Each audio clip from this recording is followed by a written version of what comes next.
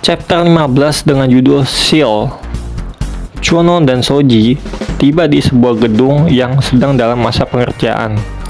Mereka berdua ke sana karena mendapat laporan dari orang yang tidak dikenal bahwa ditemukan seseorang yang tewas. Dan ternyata itu membuat mereka kaget, karena seharusnya kasus pembunuhan tunawisma sudahlah selesai, karena pelakunya sudah ditahan. Nyatanya, di depan mata mereka, kejadian itu masih terjadi.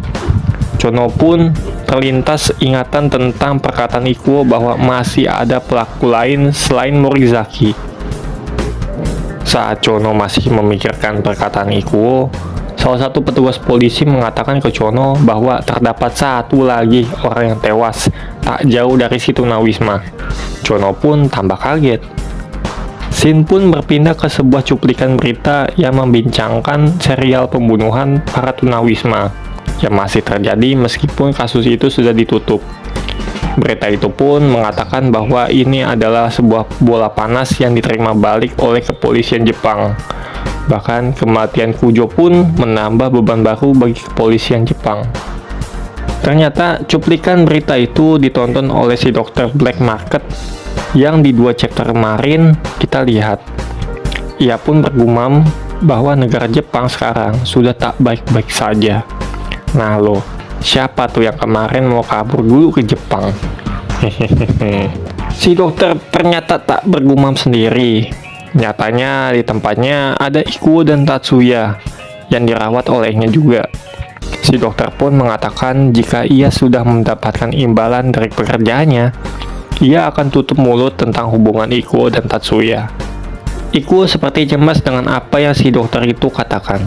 Tetapi Tatsuya meyakinkan Ikuo bahwa omongan si dokter dapat dipegang.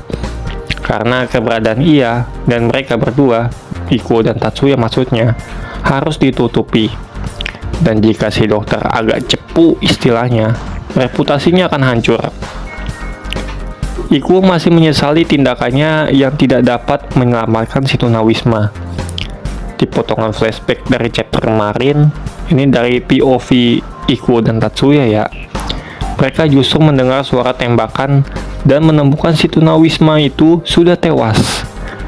Ikuo pun curiga bahwa seorang polisi yang berpatroli tidak jauh dari sana adalah yang membunuh si tunawisma. Ikuo dan Tatsuya mendekati tubuh si tunawisma dan memeriksa bagian bahu atasnya untuk mencari tanda luka bakar yang selama ini mereka cari. Nyatanya, bekas luka itu ada di bahu atasnya. Ikuo dan Tatsuya pun pasrah karena penyelidikan mereka masih mandek. Esok harinya, sebuah narasi menyampaikan bahwa identitas tunawisma tewas oleh polisi itu tidak diketahui. Tuduhan Morizaki pun akhirnya direvisi bukan menjadi 3 orang yang terbunuh, tetapi hanya 1 orang. Dan untuk kematian Fujo, Divisi 1 diminta untuk menyelesaikannya. Keadaan pun semakin runyam untuk kepolisian Shinjuku Divisi 1. Di sebuah lorong, Chono disapa oleh Soji sambil memberikan info terkait petinggi kepolisian yang sudah menutup unit investigasi gabungan tempo lalu dan mempertanggungjawabkan keputusannya serta meminta maaf ke publik. Soji pun heran, siapa sebetulnya sosok misterius yang menelpon kejadian Kujo dan tunawisma ke polisi kemarin. Chono pun memikirkan hal yang sama dan sepertinya memendam sebuah kecurigaan akan ini semua. Scene pun berpindah ke sebuah pohon di tengah kota, di mana Ikuo dan Tatsuya sedang menggunakan gimmick nelpon untuk memberikan informasi tentang anak dari Kujo yang dikabarkan meninggal akibat luka tembak yang semakin parah.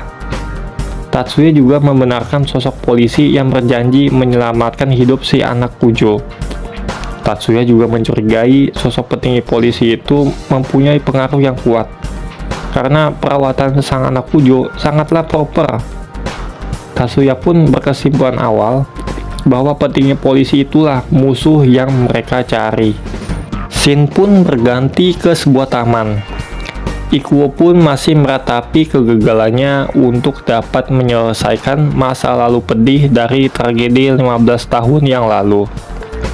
Di saat ia berjalan, Ikuo tak sengaja bertemu anjing peliharaan si tunawisma yang sedang menggigit sesuatu.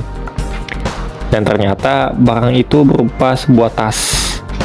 Ikuo mencoba memeriksa tas itu dan menemukan foto dari keluarga kecil si tunawisma. Tak hanya itu, Ikuo menemukan sebuah kartu nama dari seorang senior managing director bernama Yuasa Keiichi dari perusahaan Hajima Communication. Ikuo pun segera membagikan petunjuk itu ke Tatsuya dan mencari latar belakang dari perusahaan itu dengan tragedi 15 tahun yang lalu. Petunjuk itu pun kembali menyemangati Ikuo untuk melanjutkan tujuan dari Uroboros. Chapter 15 pun selesai.